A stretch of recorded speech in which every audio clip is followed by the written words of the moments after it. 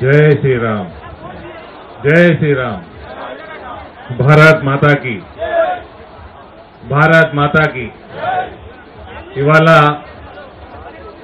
మహేశ్వర్ రెడ్డి గారి నాయకత్వంలో Bharatiya Janata party legislative party తీసుకున్న ఈ రైతు కాంగ్రెస్ పార్టీ ఏదైతే రైతులకి నమ్మించి మోసం చేసిందో దానికి వ్యతిరేకంగా దీక్షని వారు చేపట్టినందుకు 24 గంటల సేపు మహేశ్వర్ రెడ్డి గారికి మనస్ఫూర్తిగా శుభాకాంక్షలు తెలియజేస్తా ఉన్నాను।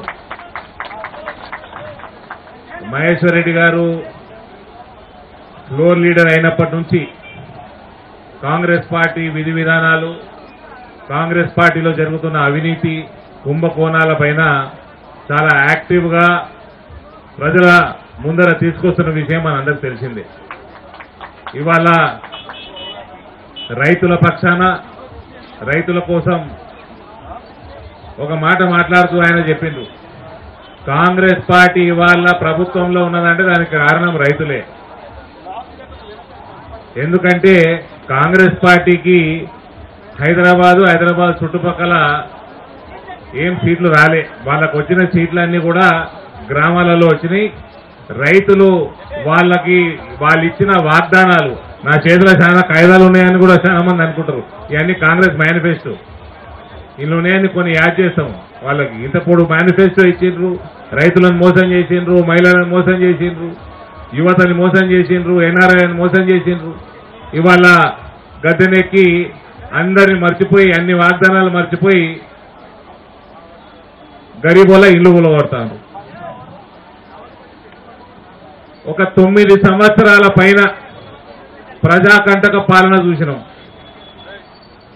అంటే అందులో కూడా చివరి 5 సంవత్సరాలు రెండో విడత ఎప్పుడైతే కేసీఆర్ ముఖ్యమంత్రి అయిందో ఇక అదైతే పూర్తిగా రాచరికం, దుర్మార్గపు పాలన। మేము రాజకీయాలు ఇవి ప్రజాస్వామ్యం కాదు, మేము రాజులము, సామంతలు, ప్రజలందరూ మా బానిసలు, ఈ రకమైన దౌర్భాగ్యపు అరాచక పాలన, రాచరికం పాలన కేసీఆర్ కొనసాగించిన విషయం మనకు తెలిసిందే। వాళ్ళు చెప్పినట్టే వినాలి, ఓళ్ళు మాట్లాడొద్దు, మాట్లాడిన వాళ్ళ మీద దాడులు, కార్ల మీద ఇళ్ల మీద దాడులు, అదేదో పూర్తి స్థాయిలో దొరల పాలన మనం 9 సంవత్సరాలు చూసి అందులో లాస్ట్ 5 ఇయర్స్ మాత్రం పూర్తిగా ప్రజాకంటక పాలన, ప్రజా వ్యతిరేక పాలన చూసినందుకు వాళ్ళకి ప్రజలు కర్రుగాల్చి వాత పెట్టి వాళ్ళని గద్దెని నింపి ఈ కాంగ్రెస్ వాళ్ళని గద్దెనెక్కించారు। ఇక వీళ్ళు ప్రభుత్వంలోకి వచ్చినాక అదేమో పూర్తి స్థాయిలో రాచరికము, ఇదేమో అరాచకం అయిపోయింది। ఎవరి ఇల్లు ఎప్పుడు కూలిపోతుందో తెలియదు, నోటీసులు లేవు, సమయం ఇచ్చేది లేదు, తుర్కోలకో న్యాయం, తెలుగులకో న్యాయం, చుట్టాలకో న్యాయం, సామాన్యుడికో న్యాయము। సామాన్యుడు ఇల్లు అయితే క్షణాలలో కోల్పోతుంది, ఇక ఓల్డ్ సిటీలో మైనారిటీలో దిక్కు పోయేది లేదు, అటు దిక్కు చూసేది లేదు। అక్కడ పోతే రేవంత్, అటు పోతే ప్రతి 2వ ఇల్లు ఇల్లీగలే, ప్రతి 2వ భవనము కట్టడం ఇల్లీగలే। వీళ్ళు చేసిన వాగ్దానాలు అనేకం, అందులో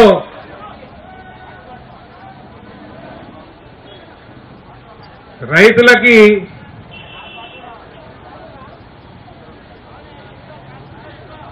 బోనస్ ఇస్తా అన్నాడు, రైతు బంధు పేరు మార్చి రైతు భరోసా చేస్తా అన్నాడు,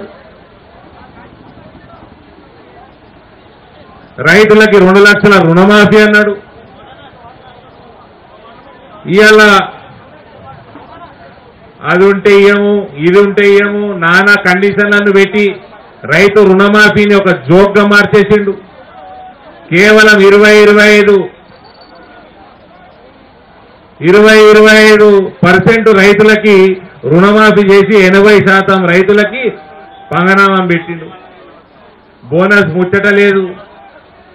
ఇవాళ అతి వర్షాలకు కానీ ప్రకృతి వైపరీత్యాలకు కానీ నష్టపోయిన రైతులకి ఎటువంటి సహాయం లేదు. ఇన్సూరెన్స్, క్రాప్ ఇన్సూరెన్స్ లేదు. ఒక పంట అగ్రికల్చర్ పాలసీ విధానం లేదు. ప్రపంచ స్థాయిలో ఇజ్రాయెల్ కానీ అమెరికా కానీ అవన్నీ పోయి చూడాల్సిన అవసరం కూడా లేదు రేవంత్. ఇక్కడ మనకి 20-30 కిలోమీటర్ ఎంత ఉంటుందన్నా గజ్వేల్లో కేసీఆర్ ఫామ్ హౌస్ 50-60 కిలోమీటర్లు ఉంటుందా? ₹1 కోటి సంపాదిస్తున్నట. ఎకరానికి ₹1 కోటి సంపాదిస్తున్నట.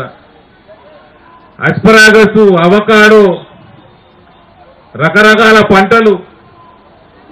అసలు 2014 నుంచి 24 దాకా రేవంత్ నీ చేతుల ప్రభుత్వం ఉన్నది. కేసీఆర్ ఎకరానికి ఎంత సంపాదిస్తున్నాడు? జర రైతులకి టూరిజం చేపియాడ. కేసీఆర్ మొదటి విడత ముఖ్యమంత్రి ఉన్నప్పుడు మా అంకాపూర్కి పంపిస్తుండే రైతు డెలిగేషన్లని. ఇట్లా ఎట్లా చేస్తారు చూడు, అంకాపూర్ వాళ్ళు బ్రహ్మాండమైన వ్యవసాయం చేస్తారని. అది కాస్త ఇప్పుడు రేవంత్ నాకు ఒక సజెషన్, నా రిక్వెస్ట్, ఒక ఆల్ పార్టీ డెలిగేషను, ఆఫీసర్లు, రైతు నాయకులు, రైతు కూలీలు, వీళ్ళందరినీ కూడా అధ్యయనం చేయడానికి కేసీఆర్ ఫామ్ హౌస్ కి డెలిగేషన్లు పంపిద్దాం.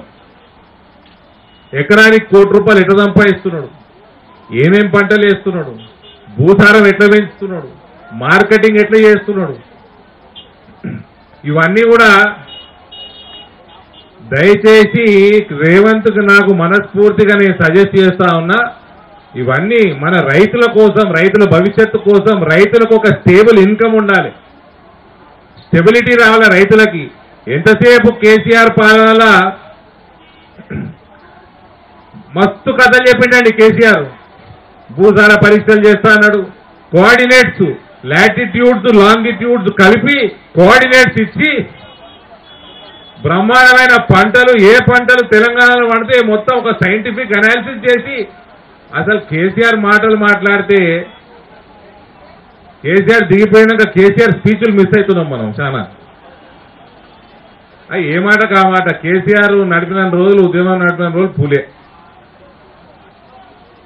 పులి కాస్త పోరాగాలు ఏబట్టి పిల్లి తయారైంది. కేసీఆర్ మాట్లాడితే రైతులు కానీ ప్రజలు కానీ అందరూ కూడా నమ్మిండ్రు. 10 ఏళ్ళు గద్దెనెక్కించిండ్రు. ఇవాళ పిల్లల అవినీతికి కేసీఆర్ బలైపోయిండు, కేసీఆర్ పార్టీ బలైపోయింది.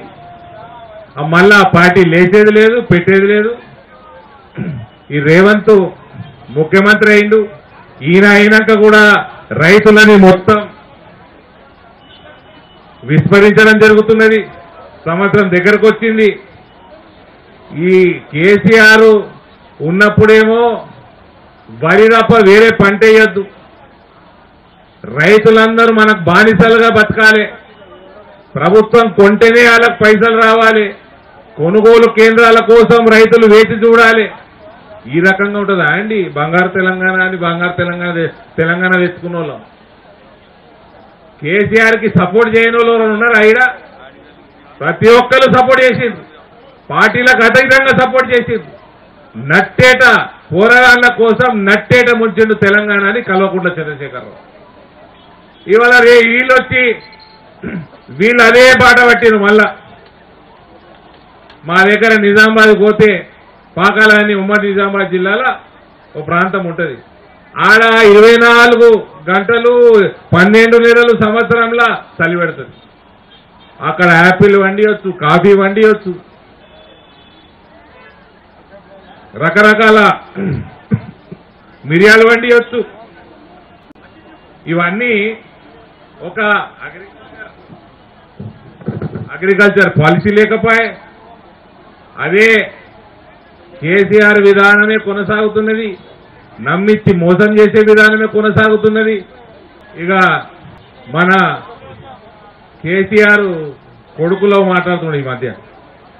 ఆయనకు అల్లం కొమ్ము పసుపు కొమ్ము పక్కకు పెడితే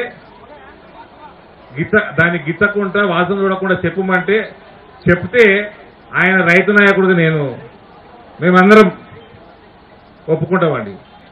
తెలంగాణకి జాతిపిత కావాల్సిన కేసీఆర్ ఇవాళ పోరగాళ్ళకి పితగా మిగిలిపోయింది, ఇద్దరు పోరగాళ్ళకి. ఎందుకంటే ఆ ఇద్దరు పోరగాళ్ళ అవినీతి, భాగవతాలు, వ్యవహారము ఇవన్నీ కథం పట్టించిండు. ఆయన కథమైండు, పార్టీ కథం పట్టించిండు, తెలంగాణను కథం పట్టించిండు.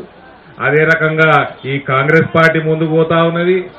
కేసీఆర్ పార్టీ ఎక్స్పైరీ అయిపోయిన మెడిసిన్, అది ఎక్స్పైరీ అయిపోయిన మెడిసిన్ విషం కంటే డేంజర్ అది. కాబట్టి ఆ కేసీఆర్ పార్టీ కథమైంది, కేసీఆర్ శకం ఓడిసింది. పులికి ఇద్దరు పిల్లులు పుట్టినరు, ఆ పిల్లులు అవినీతిలకు ఉరికిపోయినరు, జైల్లో పడుతున్నారు, జైల్లో బయటకు వస్తున్నారు, బెయిల్ మీద ఉంటున్నారు. ఈ రాష్ట్రంలో మనకి రైతు రాజ్యం రావాలంటే మనకు భారతీయ జనతా పార్టీ తప్ప వేరే ఆస్కారం లేదు. కాంగ్రెస్ ప్రభుత్వం వచ్చి దాదాపు సంవత్సరం అవుతా ఉన్నది. ఒక కన్స్ట్రక్టివ్ అపోజిషన్ ఎంపీగా నేను సజెస్ట్ చేస్తా ఉన్నా, దయచేసి ఒక అగ్రికల్చర్ పాలసీ తీసుకురండి,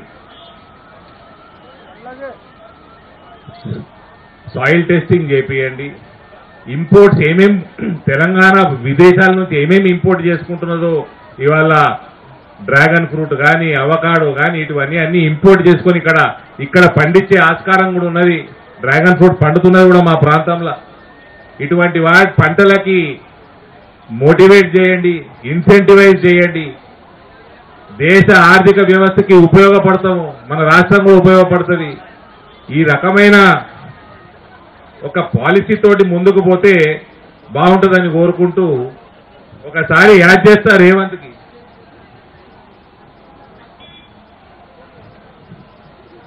రైతులకి బోనస్ ముచ్చట ఇస్తలేవు, పంట నష్టపరిహారం ఇస్తలేవు, ఇన్సూరెన్స్ చేస్తలేవు, రైతు భరోసా 15,000 ముచ్చట తీస్తలేవు, 2 లక్షలు 80% రైతులకు పంగనామం పెడుతుంది, డ్రిప్ ఇరిగేషన్ వాటి మీద కేంద్రం నుంచి వచ్చిన ఎస్సీ ఎస్టీలకైతే 100% సబ్సిడీ, ఇతరులకు కూడా సబ్సిడీ, దాన్ని ముచ్చట తీస్తలేవు. వ్యవసాయాన్ని టోటల్ గా విస్మరించి తుంగలో దొక్కి ఇవాళ నువ్వు కూడా కేసీఆర్ బాటలో కేవలం వరి వేసుకునే పరిస్థితిని తెలంగాణ తీసుకొస్తున్నావు. ఈ రకంగా కాకుండా ఒక సైంటిఫిక్ అప్రోచ్ తోటి ముందుకు పోవాలి అని మేము సజెస్ట్ చేసుకుంటూ మీకు ఇది ఈయన 6 గ్యారెంటీలు, Mahalakshmi financial assistance of 2,500 for women of Telangana, ఇది దాని గురించి ఏంది పరిస్థితి అంటే అప్లికేషన్ డేట్ కూడా అనౌన్స్ చేయాలి ఇయ్యాలటి వరకు. మహిళలందరూ వినాలి. రైతు భరోసా ఇవాళ ఏంది పరిస్థితి? Congress party in it's election manifesto had pledged to increase assistance amount to rupees 7,500 per acre per season, promising 15,000 across 2 seasons. ఇవాళ పరిస్థితి ఏంటంటే రైతు భరోసా కాదు, రైతు బంధు కూడా చక్కగా వస్తలేదు. Rythu Bharosa has not been disbursed to farmers and therefore affected its agriculture produce. బంధు లేదు, భరోసా లేదు, 2 వీక్ని. గృహ జ్యోతి, the Congress party had promised for providing free electricity up to 200 units to all eligible households. ఇప్పుడు ఏమంటాడు? పాత బకాయిలు కట్టేస్తే అప్పుడు ఇస్తారట. వాళ్ళు కట్టేది లేదు, ఈయన ఇచ్చేది లేదు. అటు నీ బకాయిలలో 90% రాష్ట్రంలో ఉన్న బకాయిలలో ఓల్డ్ సిటీలే ఉంటాయి. నీకు దమ్ము ధైర్యం ఉంటే పోయి వసూలు చేసుకురా పప్పు. ప్రతి దాంట్లో తురుకోనుకో న్యాయము, తెలుగొనుకో న్యాయము. ఇందిరమ్మ ఇల్లు, ఆ ఇందిరమ్మ చనిపోయి 7 మందేమో ఆమె ఇప్పుడు కూడా శాంతంగా ఉండేది. ఆమె పేరు ఇప్పుడు కూడా బదనాలు చేస్తున్నది. Eligible applicant with 250 square yard plot and land and financial assistance of rupees 5 lakh facilitate the construction of their own homes. नाम के वास्ते 11 మార్చి 2024 నాడు అనౌన్స్ చేసిండు. ఈయలటి వరకు ఒక ఇల్లు కట్టింది లేదు, ఒక అప్లికేషన్ తీసుకున్నది లేదు, ఒకళ్ళకి పైసలు ఇచ్చింది లేదు. ఇక ప్రతిసారి మోసపోయేది యువతనే, యువ వికాసం. అబ్బా ఇదైతే వింటే నాకు కూడా ఓటైపోతుంది ఏంటండి ఇది విన్నాక. 5 lakh assistance for college students, Telangana International Schools in every mandal. A financial assistance card worth rupees 5 lakh will be provided to students, which can be used in payment of college fees, in addition to fee reimbursement. కేంద్రంకి వెళ్ళి వచ్చే fee reimbursement కాకుండా 5 లక్షలు ఇచ్చినట్ట card, credit card ఇచ్చినట్టు. Coaching fees, foreign college fees, overseas travel expenses, tuition fees, purchase of books and study materials, hostel fee, exam fee, skill development courses to buy laptops, research instruments and other education related expenditure. Telangana International Schools will be built in every mandal. ఆ కేసీఆర్ మండలకు ప్రతి మండల్కి 100 పడకల hospital కట్టిండు, ఈయన international school కడతాడు. ఏంది పరిస్థితి అని చూస్తే ఇయ్యలటి వరకు మొదలు కాలే. ఇక 6వ promise, 6 గ్యారెంటీలది. Cheyutha, senior citizen scheme, 4,000 monthly pension to senior citizens, widows, disabled and others, health insurance of rupees 10 lakh under Rajiv Arogyashri. ఈ రాజీవ్ ఆరోగ్యశ్రీ ఇవాళ కార్డులు కూడా వస్తలేవు. ఎందుకంటే రాజీవ్ గాంధీ బొమ్మ పెట్టమంటుందట ప్రభుత్వం.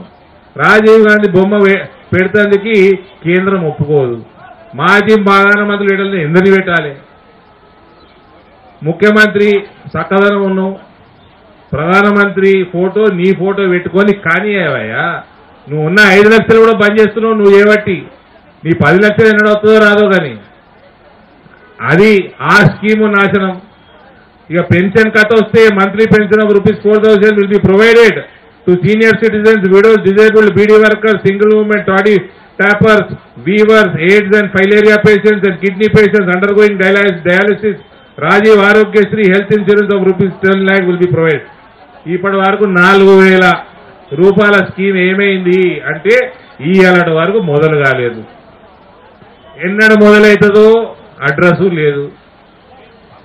ఇక ఈ రకంగా మీ ప్రభుత్వం కొనసాగి సంవత్సరం అవుతా ఉంది. మీరు చేసిన వాగ్దానాలు మెయిన్ 6 వాగ్దానాలల్లా అర వాగ్దానం కూడా పూర్తి కాలేదు, మొదలు కాలేదు. ఇక నువ్వు పోయే బాట చూస్తా ఉంటే ఆ కేసీఆర్ని ఎట్లయితే కర్రుగాల్చి వాత పెట్టినరో ప్రజలు, నీకు కూడా అదే గతి తొందరలో పడుతుందని క్లియర్గా కనబడతా ఉన్నది.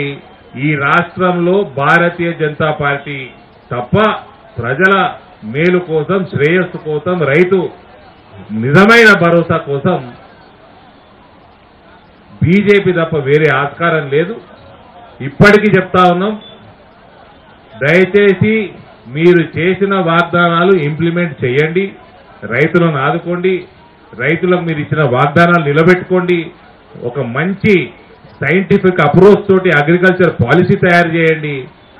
ఇవాళ కొద్దో గొప్ప పనిచేసి, కొద్దో గొప్ప ఎక్స్పోర్ట్ ఇంపోర్ట్ మీద పనిచేసి, కొంచెం లాజిస్టిక్స్ మీద పనిచేస్తే 5 సంవత్సరాలు ఎంపీగా ఉన్న 2 సంవత్సరాలు 15,000 14,000 రేటుకి పసుపు అమ్ముకుంటా ఉన్నారు మా ప్రాంతంలో. గత 20 ఏళ్ళు రేట్లు ఇవాళ అమ్ముకుంటా ఉన్నారు.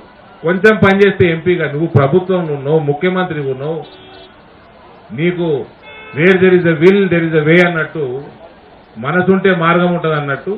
దయచేసి మనసు ఉంచుకో రైతుల మీద, రైతుల భవిష్యత్తు కోసం పనిచేయండి, మంచి పాలసీలు తీసుకురండి, మంచి పంటలు తీసుకురండి, మంచి విధానాలు తీసుకురండి. కేసీఆర్ బాటలో పోవద్దు, తెలంగాణ నాశనం చేసిండ్రు. ఇంకోటి క్లియర్గా చెప్తున్నా బ్రదర్, మళ్ళీ చెప్తున్నా, మొన్న చెప్పిన కేసీఆర్ పోరగాన్లకి కుక్క కూడా ఓటేయదండి. వాళ్ళు చేసిన పాపాలు, వాళ్ళు చేసిన అఘాయిత్యాలు ఇంతో అంతో కావు. ఆ రాచరికము, ఆ దాడులు, కేసులు, ప్రతి ఒక్కరిని భయపెట్టించుడు. కేసీఆర్ పోరగాన్లకి కుక్క కూడా ఓటేయదు. భారతీయ జనతా పార్టీ ఈ రకంగా మహేశ్వర్ రెడ్డి గారి నాయకత్వంలో ఒక్కటై ఇవాళ ఏ రకంగా అయితే రైతుల కోసం ఈ దీక్ష చేపట్టిందో ఇదే విధంగా మనము ఒక మంచి అపోజిషన్, బలమైన అపోజిషన్ పార్టీగా ముందుకెళ్దాం. రానున్న కాలం భారతీయ జనతా పార్టీ ప్రభుత్వం ఏర్పాటు అవ్వడం ఖాయం. ఎట్లా ఏర్పాటు కాదో మేము కూడా అందరం కలిసికట్టుగా చూస్తాం.